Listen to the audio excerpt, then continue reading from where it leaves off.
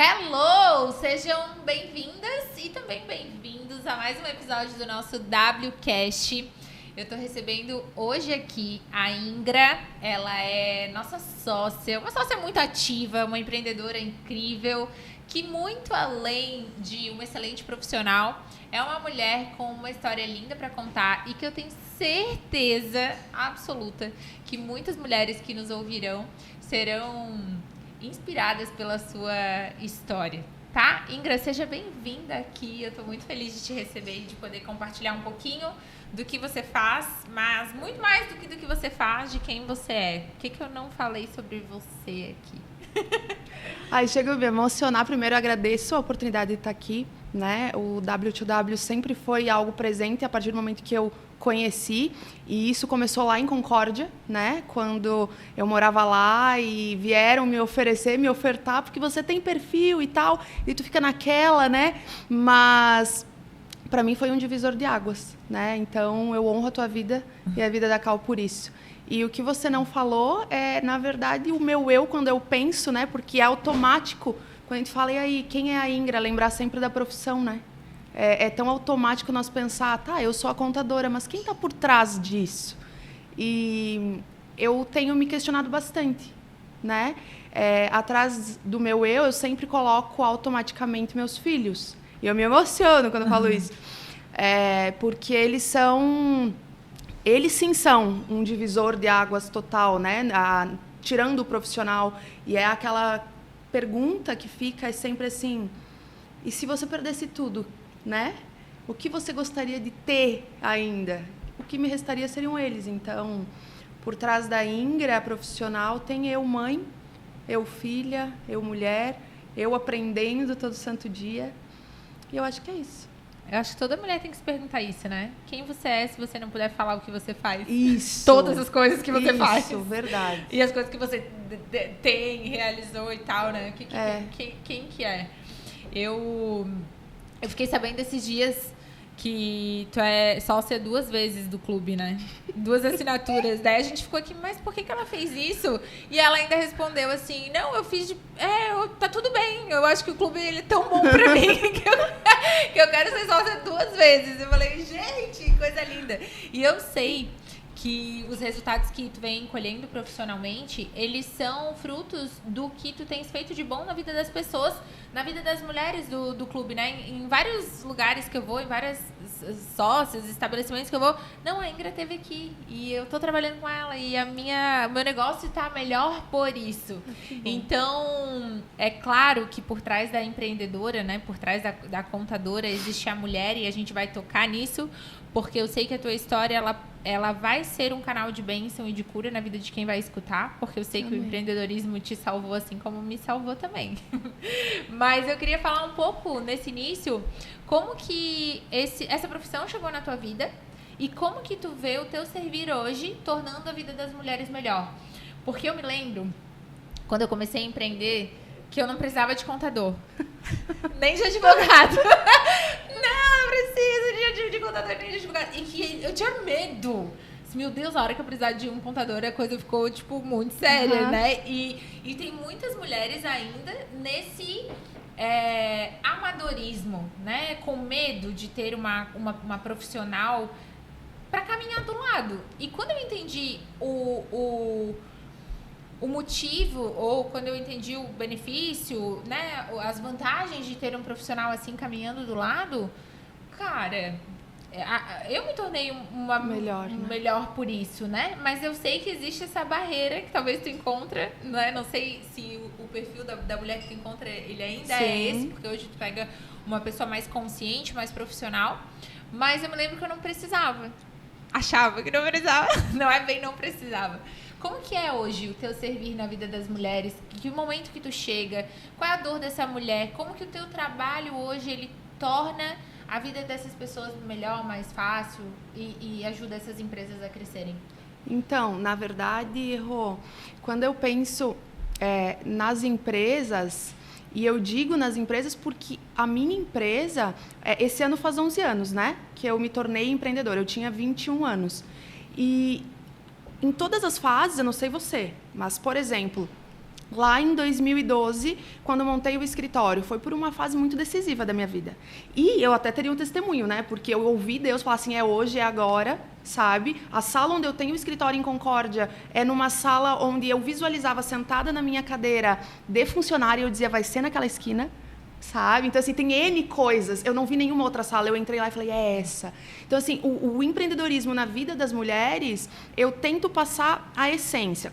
Hoje, já, é elas que chegam até mim. É natural, né? É meio que orgânico, mas eu acredito muito que é pela linguagem. Porque a minha empresa hoje é um coração fora do corpo. Sabe? Quando eu paro para pensar em todas as fases, nesses últimos 11 anos que eu passei, é ela que pegou minha mão. Ela, sem coração, né, sem corpo, e eu me emociono porque eu tive meus filhos, o João Vitor tinha 1 ano, eu tive a Alice logo no primeiro ano, e eu passei por aquilo, e a competência me deu o suporte. Eu passei por uma separação, e ela estava ali. Eu fiquei apagada por 30 dias, e ela esteve ali suprindo a necessidade, não só minha, dos meus filhos, da minha equipe, sabe? Então, quando eu tento falar, ou até naquela reunião de indireta, né, que a empreendedora chega em mim, é muito na questão de, qual é, de fato, o teu sonho? O que te incomoda? O porquê que você abriu a tua empresa? Não é só abrir um CNPJ e deu, não é só uma sequência de números. Eu não quero ser só mais uma contadora, né? Porque o contador hoje tem o mal necessário, eu me obrigo a ter um contador porque o fisco... E assim, não é só isso. É o olhar para aquilo, e a empresa é isso. Eu te vejo dentro do clube desconstruindo esse personagem que é criado do contador, aquele homem de óculos cheio de papéis, sentadinho na mesa, e te cobrando um monte de documentos, assim, né? Eu te vejo há algum tempo, né? Caminhando do lado de algumas mulheres do clube, e eu vejo desconstruindo esse personagem. Tipo assim, cara, eu preciso de ti, tu precisa de mim, a gente vai caminhar junto aqui, a gente vai crescer junto. Acho que é um novo jeito de olhar essa profissão. Como que e eu acho que isso, o fato de tu olhar o coração ou a pessoa que tá por trás do CNPJ é o que muda o jogo, né? Quem são as mulheres que tu ajuda hoje? Como que é esse caminhar do lado? Como é que elas chegam pra ti? O que acontece? Olha, o perfil geralmente é mulheres mães. Tá. Né? Então, assim, quando nas nossas conversas, até teve uma que me marcou muito, que ela é de São Paulo, nós não nos conhecemos, e numa conversa aleatória, assim, ela disse, eu tô no trabalho, eu ganho bem e tal, e foi falando todo o perfil. Eu falei, cara, eu vou te dar um conselho que serviu pra mim. Fecha teus olhos agora e imagina teus filhos. Qual é a decisão que mais pesa quando tu pensa neles? E 1 mês depois ela me chamou dizendo que tinha saído do emprego dela, porque em momento algum eu vou dizer, faça isso. Né? Tem que vir do coração. E empreender não é para todo mundo. Tem que ter perfil. E naquele momento ela me contou e testemunhou que sim, que ela resolveu abrir empresa e que ela está muito, enfim, assim, e ela faz doces, né? Doces personalizados lá em São Paulo. Então, assim, as mulheres que chegam geralmente aquela que tem uma dor, que tem uma ferida, que o filho ou o trabalho, e muitas falam assim, olha, o que aconteceu contigo, porque muitas pessoas vão vendo a nossa trajetória, né? E essa força que eu preciso. Já teve pessoas em depressão, né? Mulheres normais, que não precisam passar por nada, mas geralmente mulheres. Mas é incrível, eu também tenho, óbvio, clientes homens. E eu me dou super bem, porque eu também tenho uma energia muito masculina. Então, a nossa linguagem, eu não me intimido no meio de homens. Então, tem tudo isso. Mas óbvio que o meu coração até o se portar, o falar para a mulher é diferente. Tu entra mais no assunto, tu vai mais pro sentimental. E o homem não, o homem já é mais... Rápido. Daqui até ali é isso que eu preciso. Tu tocou 2 vezes nisso e não tem como a gente fugir disso, de falar sobre, né? Eu tenho certeza absoluta, eu falei, o meu trabalho me salvou várias vezes. E tu falou agora, né? Minha empresa caminhou do meu lado e me salvou, o empreendedorismo me salvou.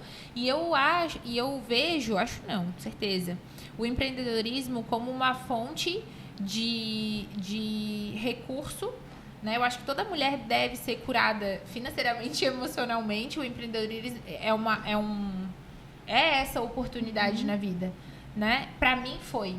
o estar ocupada com o meu trabalho, o ver que ele devolve, o fruto dele, né, nascendo, do nosso esforço, da nossa dedicação. Eu te vejo sempre extremamente comprometida, dedicada, fazendo 100% da tua parte, sabe?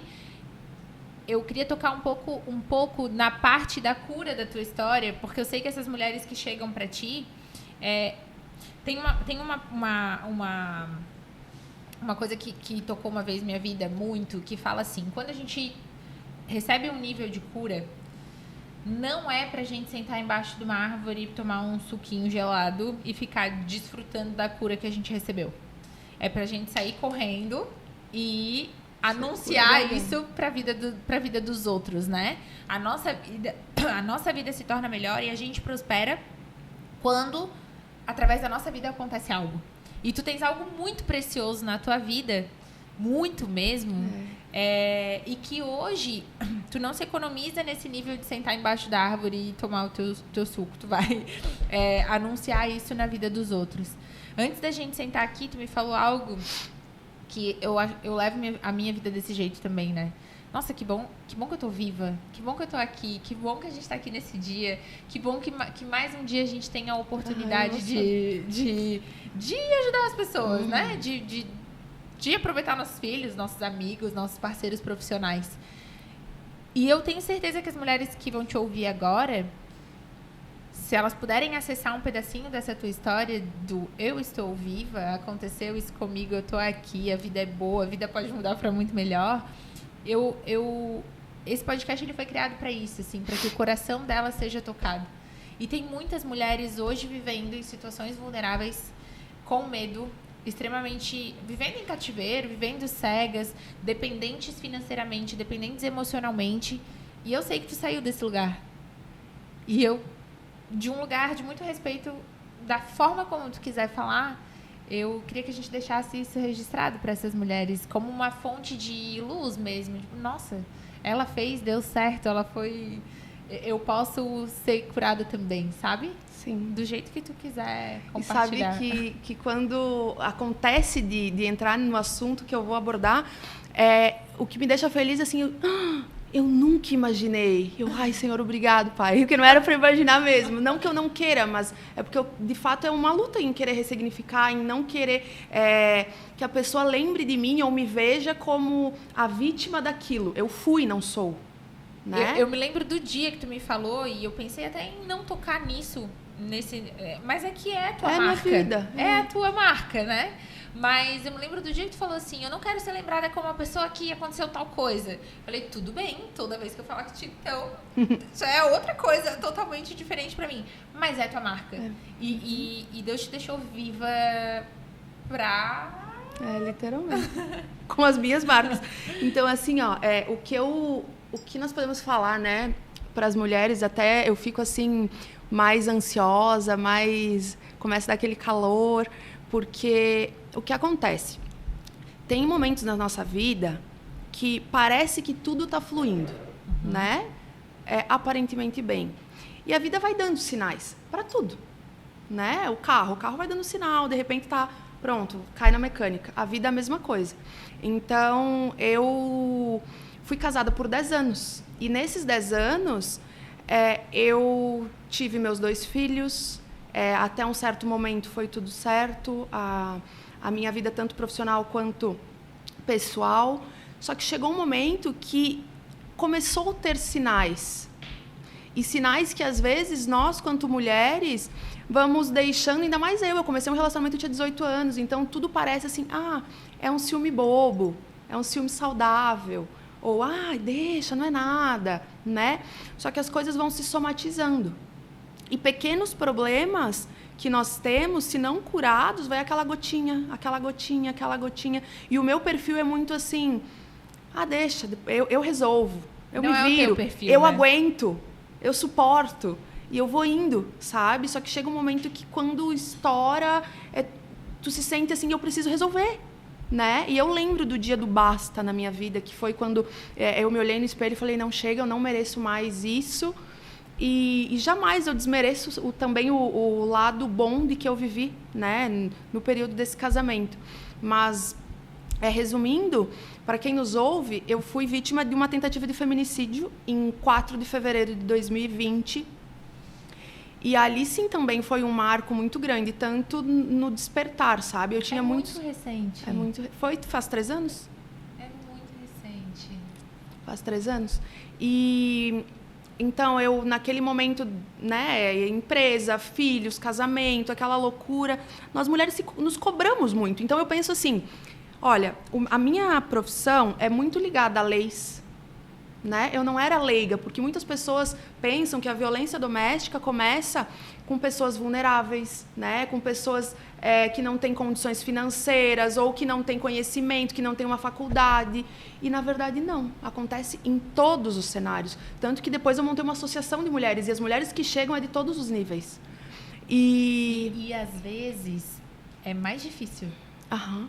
Quando você olha e fala assim, poxa, mas eu sou inteligente, né? Eu sou esclarecida. Será que isso? Não sou tão vulnerável assim, né? Eu sei dos meus direitos, eu tenho dinheiro. Como assim isso está acontecendo comigo? E é muito mais... Talvez seja muito mais difícil de falar sobre, né? Ou de... Porque, né? Eu não sou uma pessoa ignorante para estar passando por isso. E é mais aceito quando... talvez uma condição financeira mais desfavorável, uma condição intelectual mais desfavorável. A pessoa não estudou, a pessoa não tem dinheiro, ela não sabe seus direitos. Agora, quando nesse teu lugar, assim, não, eu tava tudo bem, eu tinha, né, bem empresa. Isso. E quando eu comecei a contar... Assim, porque eu segurava muito, então eu não comentava nem com a minha família, nem com a família dele, enfim. Mas não quer nem acreditar que aquilo ali tá acontecendo, tu pensa, não, né? É bobeira, vai passar, é crise, os 7 anos, e aquela história que tu vai achando que tudo é normal, né? Então, o primeiro negócio acontecendo dentro de casa, você acha o quê? Não, tá nervoso, deixa. Porque até então não era comigo, eram com coisas. Então, tudo vai tendo sinais, até que, de fato, começou a ser comigo. E ali começou, ai meu Deus, a mulher tem muito a se culpar. No meu caso, eu pensava... eu estou trabalhando demais. É culpa minha. Eu estou trabalhando demais. E, claro, na verdade, o meu trabalho era a minha fuga. Mas hoje eu vejo. Porque eu queria fugir daquela realidade ao qual eu não queria acreditar que existia.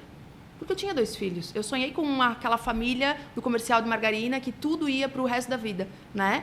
E quando eu comecei a ver e olhar para aquilo... Não estou passando por isso, não é verdade. E agora, o que eu faço? Tá, mas para onde eu vou? E daí vinha aquele pensamento, não, mas se eu fizer isso, o que vai ser dos meus filhos? O que vai ser dele? Como vai ser o reflexo? Então, eu fiquei segurando e aguentando por alguns meses. Até que eu pedi, e num dia, nós conversando, a paralisia do medo que eu falo, e quem me ouve, se passa, sabe do que eu estou falando, que... não tem, por mais que você saiba o caminho, você paralisa de fato, sabe? É o medo de ir fazer uma denúncia, é o medo de dar o pontapé, é o medo de dar o primeiro passo.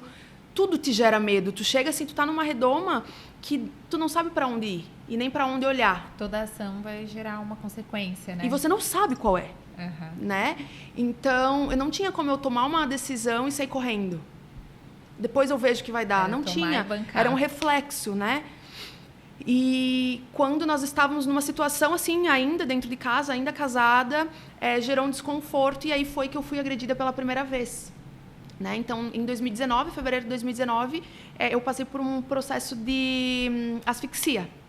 Né? Aconteceu, fui asfixiada, apanhei muito soco na cabeça e foi só nessa parte. Mas eu lembro que eu fiquei inconsciente, não enxergava, e comecei a espumar pela boca. Isso são cenas que eu lembro, né? E eu acredito que durou meia hora, porque eu estava falando com a minha mãe, e depois, quando eu peguei o celular de novo, faziam meia hora, né? Mas não é sobre isso, a essência do todo. E agora? Agora, depois de quase morrer pela primeira vez, foi que me deu aquele... eu preciso sair daqui. Mas eu tive que chegar no quase, né? E quantas vezes, não só nesse cenário que eu vivi, mas na nossa vida profissional. Então, assim, eu começo a ver, não, mas existe 1%, porque o 1% eu já passei por isso, né?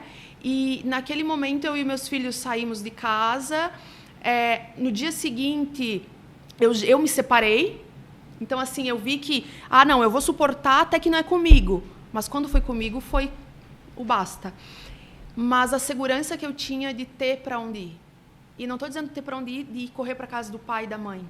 Eu tinha para onde ir com os meus filhos. Eu não comprei uma casa, eu aluguei uma casa. Eu não tinha uma colher, um copo, um cobertor, sabe? E Deus é tão bom, mas tão bom, que uma cliente minha, dias antes, tinha oferecido: Ingrid, se surgir alguém pedindo apartamentos, eu tenho um para alugar. E naquele dia eu chamei ela falando assim: olha, tu ainda tem? Ela disse: o que aconteceu? Eu contei, e eu não sabia que ela tinha sido vítima de violência doméstica, grávida. Ela disse assim: meu Deus, tu pode vir aqui no meu apartamento hoje, que eu vou limpar, 6 horas eu te entrego, do jeito que tá, com os móveis que estão, tu e os teus filhos, e depois a gente vê o que faz. E daí eu fui, ela saiu. Dias depois ela me liga e diz assim: olha, vê o que você quer do apartamento, porque eu tô indo para a Itália. Eu tô me arrepiando. Eu tô indo embora para a Itália e eu vou ter que me desfazer de tudo. E eu não tinha nada. Daí eu falei assim: então eu vou comprar tudo que tu tem. Porque, claro, ela tinha guarda-roupas embutido, cozinha e tal, enfim. Foi que eu arrematei o negócio dela, uniu o útil ao agradável, né, nas nossas vidas. Ali já foi. Então, assim, aconteceu a primeira vez dia 28 de fevereiro, dia 1 de março, eu estava dentro de um apartamento mobiliado. Dias depois eu comprei, claro, tive que parcelar, tive que fazer empréstimo, descapitalizei minha empresa. Aquela história da contadora que diz: não misture CPF e CNPJ. Eu não pude cogitar naquele momento. Eu tive que pegar, porque o único dinheiro que eu tinha era da empresa. Mas é importante tu falar isso, porque se a gente conta um pedaço só da história e fantasia a parte difícil, algumas pessoas ficam numa situação do tipo: mas pra ela foi mais fácil, né? Porque, né, sei lá. Mas não, olha, teve um preço pra, né, me custou trabalho, me custou dinheiro, me custou tempo, me custou meu emocional, me custou pra absolutamente tudo. Porque às vezes a pessoa te olha hoje, né, aqui, e anda de carro bom, e se veste bem, e tá sempre, né, em lugares bons, bem relacionado. Mora em Floripa, tá tudo certo. Sim, teve um preço para isso, e é importante até que os detalhes né, de como isso aconteceu. Porque algumas mulheres ficam paradas no: nossa, isso vai dar muito trabalho de fazer. Isso vai dar muito trabalho para fazer, né? Como que eu vou fazer? E ficam presas nesse nível do tá ruim, mas pelo menos... Não, e aquela história, né? Não, ela saiu de casa, ela resolveu, porque não precisa ser Nós estamos falando da minha vida, do que aconteceu, mas às vezes não é isso o que está impedindo você de seguir, né? No meu caso, a minha pedra era aquilo. Mas a mulher pode estar tendo um problema com o filho, né? Sei lá, às vezes tem alguma dependência química, enfim, tem vários problemas que nós mulheres passamos, né? E naquele momento a minha pedra era essa. E aquela história: não, então tem condição, tinha empresa, né? Tinha empresa, então conseguiu sair. Eu lembro que, continuando, né? No segundo episódio da tentativa de feminicídio mesmo, eu lembro depois que eu acordei que tinha uma matéria e daí diziam assim, um comentário infeliz, né? Imagina, loira, empresária e filhinha de papai. E daí, naquele momento eu fiquei pensando: cara, mas ninguém viu, porque filhinha de papai nada, sabe? O que eu tenho é meu pai nunca me deu, né? Por mais que meu pai tenha a vida dele, tenha condições, mas ele nunca me deu. Ele sempre foi esse pai que se vira, sabe? E naquele momento eu pensei: cara, o dinheiro do meu pai não me salvou. Não é sobre isso, não é sobre dinheiro. Sabe? Não é sobre isso. Porque qualquer dinheiro do mundo não impediu o que eu passei. Então, naquele momento que eu saí de casa, eu só tinha um CNPJ. Tem uma empresa? Sim, eu tenho uma empresa no qual eu descapitalizei, tive que parar de pagar imposto por um ano, sabe? Eu estou até hoje pagando parcelamento, que fiz aquele parcelamento depois de um tempo, né? Então, estou pagando a parcelinha e tal. Mas, assim, tudo teve uma escolha. E eu era aquela pessoa regrada, né? Imagina, não, eu tenho que ter a minha reserva financeira, eu tenho que ter isso, eu tenho que ter aquilo. Controle. E, de repente, tudo virou pó.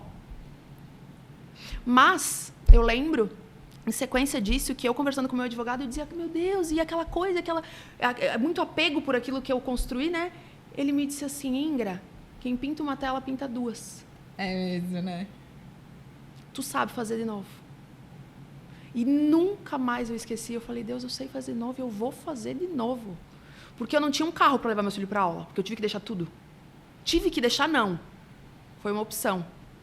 E eu tinha uma moto do escritório, então eu levava um para aula, voltava, buscava outro, levava para aula. E aquela coisa, 2019, gente, eu tô falando. Agora? Né? Agora, e eu tenho foto, eu e a Alice, sabe? Depois meu pai tem loja de carros, né? E daí eu comprei um carro do meu pai, bem baratinho, era um Gol bolinha, em 2019, reformei com um cliente meu que era chapeação, paguei 5 na época, foi, vendi por 10. Não, a história é assim, ó, é filha de vendedor.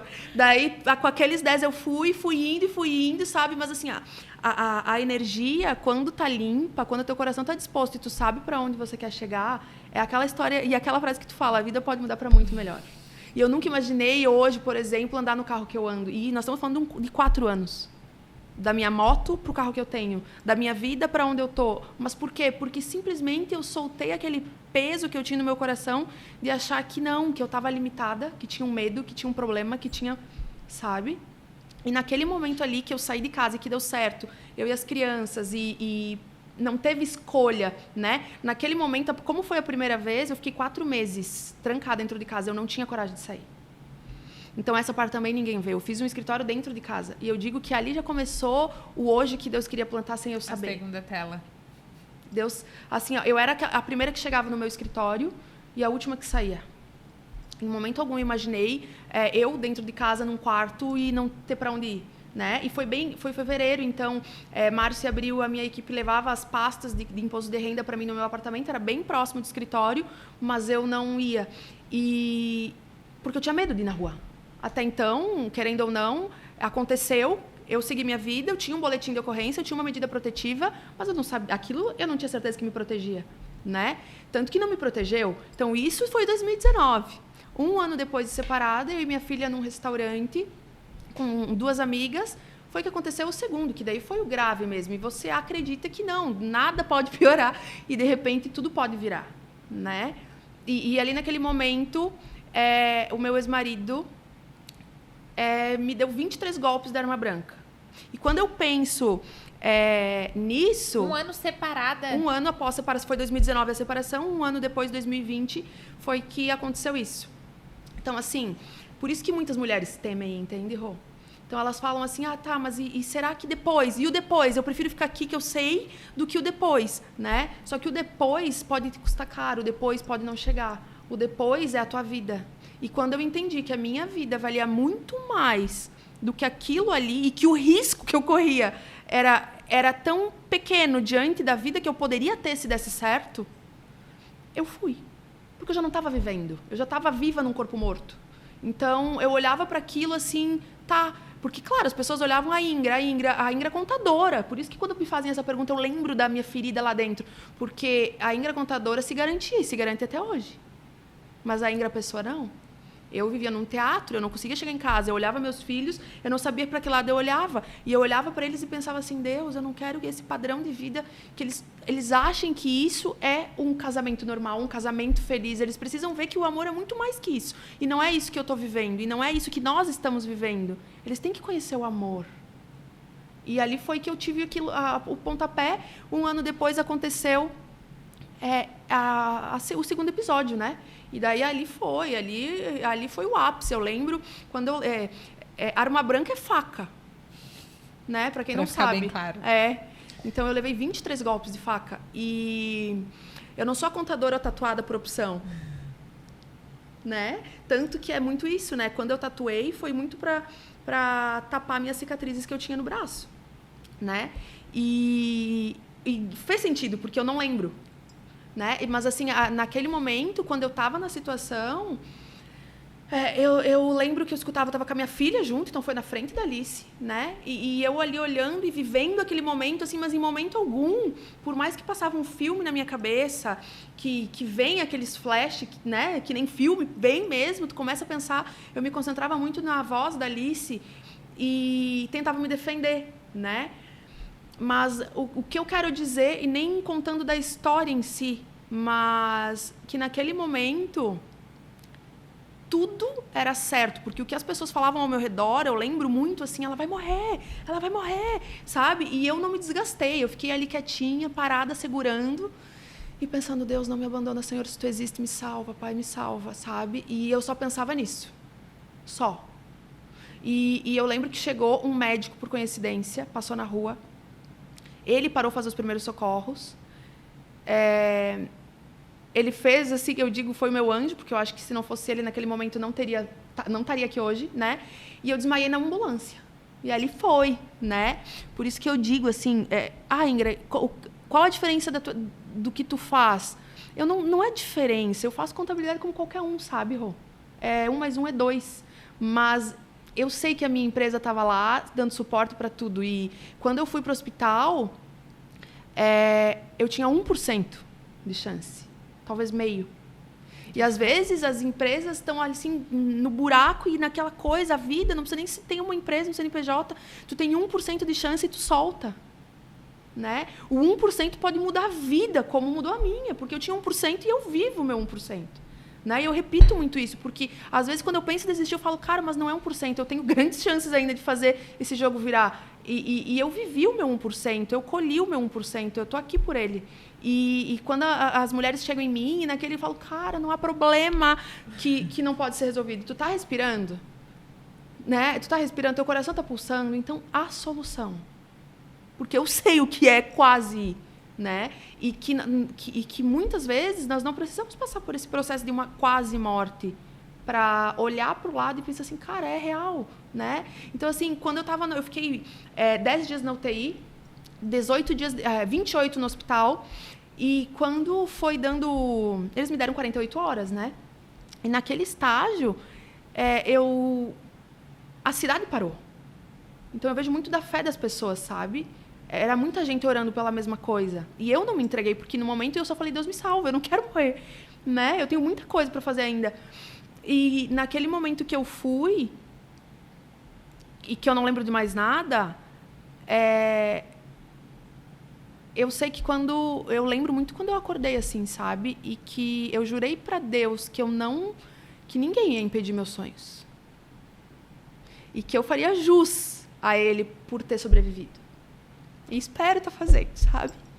Mas tem muito mais por trás de tudo isso.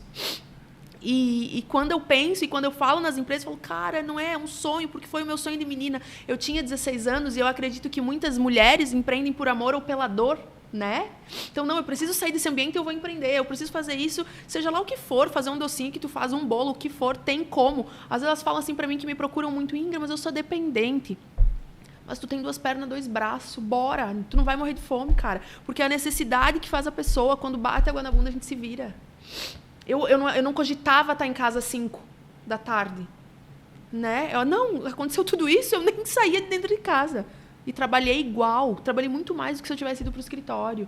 Então, assim, eu lembro que quando eu estava na UTI, que eu acordei, que eu vi o que eu tinha recebido no hospital, eu tinha recebido uma carta da minha equipe, né? E naquela carta, eu tenho até hoje assim a foto, e dizia assim, Ingrid, volta logo. A tua equipe está sem vocalista. A tua banda está sem vocalista. Mas elas continuaram dando show. E eu vejo aquilo assim como algo que Deus cuidou, porque tá tudo certo, só se recupera, né? Tá tudo certo, bora, agora tu já voltou. E agora, o que tu vai fazer? E às vezes quando eu peco, ou quando eu vou reclamar, ou quando eu penso em alguma coisa, eu falo, calma, tu não tem como, tu não tem nem pensa em reclamar, né? Então é aquele tratamento diário no coração. E em relação ao todo, né, Rô? Quando eu penso assim, sim, foram 23 golpes da arma branca, mas foram 23 oportunidades de estar viva. Então, assim, eu poderia ter morrido na primeira. Eu não morri nas 23. Então, tudo tem um porquê de estar aqui, né? Eu sempre falo, Deus sabia do meu hoje, Deus sabia do meu hoje. Eu nunca sei o dia de amanhã, mas eu sei que o hoje Ele preparou. E pensando no todo, ligando empreendedorismo e vida pessoal, nós somos um. A gente fala, eu tenho a minha empresa Rodo W2W. Tudo bem, mas tu tem tua vida, a empresa está aqui, mas querendo ou não, é uma ligação, há um DNA ali interligado, interlaçado, porque tu sonha com aquilo. Podem colocar outra rua agora, mas não vai ser a mesma coisa, porque é a tua essência. Né? E eu vejo que era a minha essência também naquilo que eu estava fazendo. E aí começou a surgir a questão de, cara, tem tanta coisa que dá para fazer que a gente não precisa fugir, né? O contador, que nem tu fala, né? Vem a história do contador, é porque eu preciso. Sim, e ainda é assim, mas eu fico naquela fé interna de que isso seja desconstruído. Porque é óbvio, as palavras que ligam muito à minha profissão são coisas pesadas, densas, né? Complicadas. Então, é uma visão que se tem automática, meio que... Não tem como desconectar uma coisa na outra, mas tem como ser leve. Eu acho, eu tenho visto o teu trabalho, eu já falei isso e vou repetir, sobre te ver realmente servindo dessa forma diferente. As pessoas não procuram uma contadora. Elas procuram alguém com quem elas podem contar, né? Com alguém com quem elas podem contar. E não tem como tu falar que tu entrega um trabalho como todos os outros, porque não é. E o próprio mercado, ele sente, as pessoas, elas sentem quando tem um motivo pelo qual tu faz aquilo que tu faz. E não é nem por ser contadora. Eu acho que se tu fosse vender qualquer coisa, sabe? É meu, né? Essa chama, esse fogo, essa esperança, esse comprometimento com a entrega, com a vida... eu não sei, eu acredito só nisso. Então, quando a gente encontra na vida pessoas que têm esse fogo aceso do assim, cara, eu vou me agarrar nisso aqui, né? O meu trabalho me salvou. Cada cliente que chega, eu vejo que tu vê como um presente, não como mais um número. Esses dias eu tive uma aluna de mentoria que falou assim, Rô, se tem uma coisa que eu aprendi na mentoria foi... Antes, eu começava o ano fazendo um planejamento de quanto que eu ia vender. E agora eu faço de quantas pessoas eu vou alcançar. Legal. E muda tudo, ver as coisas dessa maneira. Então, tu não és uma contadora nem de perto nem de longe que entrega um trabalho como qualquer pessoa. Eu acho que ter essa marca, ter essa história, ter esse jeito de servir é o que vai fazer com que as pessoas se aproximem e queiram estar perto de ti e não somente do teu servir. Eu fiquei sem palavras. Eu acho que para mim foi um presentão te ter aqui e ouvir dessa forma, porque eu sabia, não com tantos detalhes, e eu me lembro do dia que foi falado assim, eu não quero ser lembrada só como tal coisa, e para mim tu és lembrada como uma profissional que está sempre impecável, sempre... as pessoas são agradecidas porque eu ouço o teu nome sempre, onde eu vou. Você, ela passou por aqui também, ai, que bom! E para mim, tu és lembrada como uma grande profissional que tem feito a diferença na vida das pessoas. Então, eu acho que a gente está aqui para isso. Eu estou aqui para isso, tu estás aqui para isso. Eu tenho certeza absoluta que o que a gente se comprometeu no início dessa gravação vai sim tocar o coração das pessoas, inspirá-las a, seja lá o que elas façam, qual profissão elas tenham, que elas entreguem o seu melhor, que se elas tiverem 1%, né, tem gente que está aí batalhando, sofrendo, não está vendo resultado, mas se tiver 1% para se agarrar, vale a pena.